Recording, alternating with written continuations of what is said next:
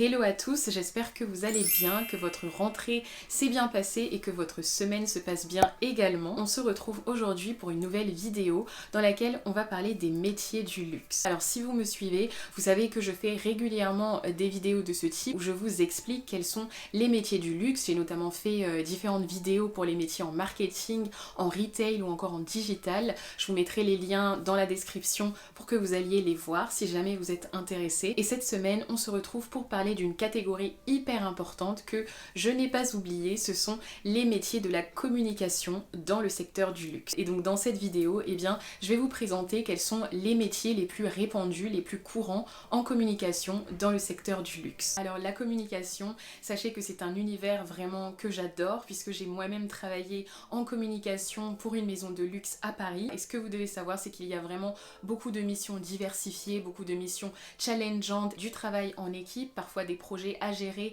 avec une agence ou encore avec d'autres départements de la maison. Donc dans cette vidéo, on va essayer de comprendre ce que signifie la communication, à quoi est-ce qu'on fait référence quand on parle des métiers de la communication, quels sont les métiers les plus courants en communication dans le secteur du luxe et quels sont donc les métiers qui recrutent le plus. Petit aparté, avant de commencer cette vidéo, je t'invite à t'abonner à ma chaîne Les Carnets d'Elena et à ne surtout pas hésiter à partager mes vidéos et à aussi faire un tour sur mes autres comptes, notamment ma page Instagram ou encore mon site de coaching si jamais tu souhaites en savoir plus. Quand on parle de com ou de communication, on fait référence à une famille de métiers tels que la communication événementielle, les relations publiques ou presse, la communication interne de l'entreprise ou encore la communication externe. Et tous ces métiers, toute cette famille de métiers ont un but commun, c'est de mettre en valeur l'image de l'entreprise et d'optimiser sa visibilité, notamment auprès de publicités, auprès de salons, de conférences, afin de toucher les consommateurs et d'éventuels fournisseurs. Alors le premier métier, celui-ci est vraiment répandu dans le secteur du luxe, c'est le métier de community manager. Alors on peut dire que c'est une nouveauté dans le secteur du luxe, mais que ça a pris énormément d'ampleur avec l'apparition tout simplement des réseaux sociaux. Alors de manière générale, le community manager est vraiment un spécialiste de la communication et des échanges sur les réseaux sociaux. Et ça, c'est un métier qu'on retrouve vraiment dans le luxe, que ce soit dans la mode, la joaillerie, horlogerie ou encore d'autres secteurs. Au niveau de ses missions, le community manager a vraiment pour objectif d'élaborer une charte éditoriale et fixer les contenus à publier ainsi que leur périodicité. De plus, il peut aussi être amené à par exemple analyser les comportements des internautes. Est-ce que pour le lancement d'un nouveau produit, les internautes, donc la communauté, la cible finalement, préfèrent plutôt des lives ou encore la présentation d'un produit via un influenceur. Alors parmi les compétences attendues, vous vous doutez bien qu'il va falloir bien maîtriser les réseaux sociaux, donc vraiment Instagram, TikTok, LinkedIn, etc. De plus, il faudra aussi savoir travailler en équipe et gérer des projets, parfois sur des délais très courts. Alors concernant les études, les recruteurs privilégient plutôt les études longues. Vous avez les très classiques ESG Luxury Management, le IML ou encore Neoma qui est une école dans laquelle j'ai été. Après il y a aussi pas mal de formations spécialisées ou de formations à distance qui forment sur les métiers du luxe, de la communication et du digital. Alors deuxième métier dont on va parler,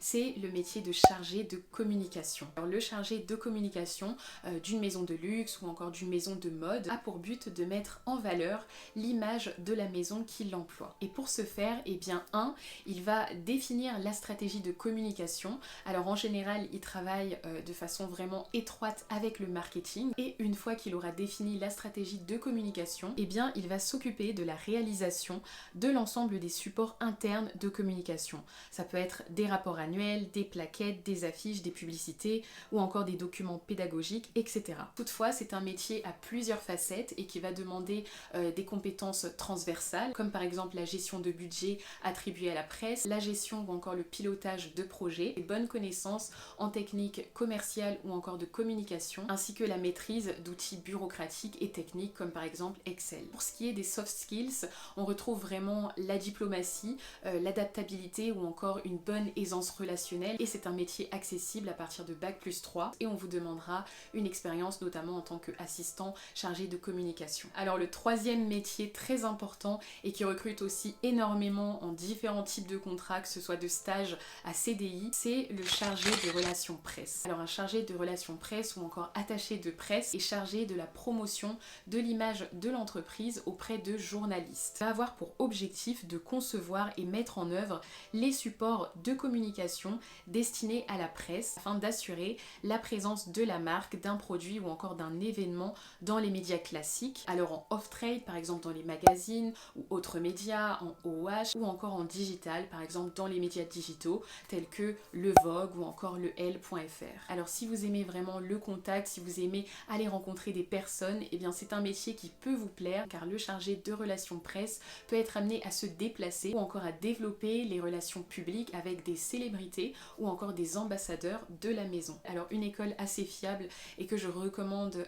à nouveau, c'est l'EFAP qui forme à tous les métiers de la communication et du marketing et propose un parcours en communication publique et influence. Alors quatrième métier très répandu dans le secteur du luxe, c'est le métier de chef de projet événementiel. Si vous aimez aller regarder des expositions dans le secteur du luxe, comme par exemple les récentes expositions de Dior, de Chanel ou encore de Louis Vuitton, eh bien sachez que derrière ce type d'événement, eh bien il y a vraiment un chef de projet qui va concevoir la scénographie de A à Z. Et donc un chef de projet élabore des briefs, définit les budgets et assure le suivi des projets. Un chef de projet événementiel, c'est quelqu'un qui est, je dirais, un peu plus terrain et c'est un métier, je pense, qui demande vraiment beaucoup de passion, beaucoup de flexibilité, beaucoup d'aisance relationnelle et aussi de négociation quand par exemple eh bien on veut vraiment renvoyer la meilleure image d'une entreprise pour le lancement d'un produit ou encore pour un événement. Pour ce type de métier, c'est sûr que les recruteurs vont vraiment favoriser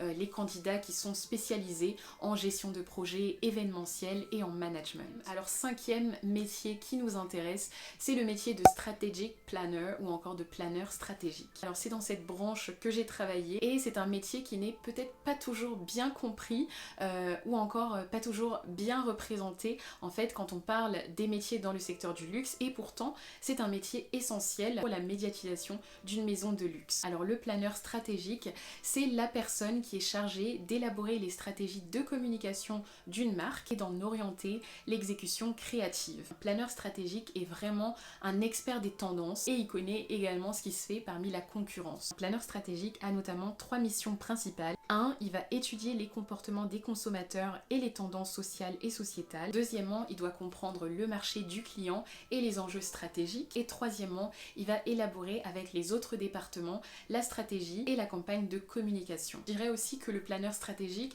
c'est une personne qui va aussi travailler de façon un peu plus autonome. C'est une personne qui doit rester très proactive et qui doit surtout être créative dans son travail. Et en général, pour ce métier, eh bien, les entreprises préfèrent quand même des candidats qui ont déjà travaillé par exemple en agence de communication, en agence créative. C'est vraiment un grand plus et un énorme atout sur votre CV. Et enfin au niveau des études, ce qui se fait le plus souvent, c'est le passage par des écoles de communication, bien entendu, ou encore un parcours universitaire spécialisé dans les métiers de la communication. Ça y est les amis, c'est la fin de cette vidéo. J'espère qu'elle vous a plu, j'espère que vous avez appris des choses. N'hésitez surtout pas à m'écrire, à commenter cette vidéo, à la partager si jamais vous pensez que d'autres personnes peuvent être intéressées par ce genre de vidéo. N'oubliez surtout pas de vous abonner pour soutenir ma chaîne et on se retrouve très très vite pour une prochaine vidéo. À bientôt!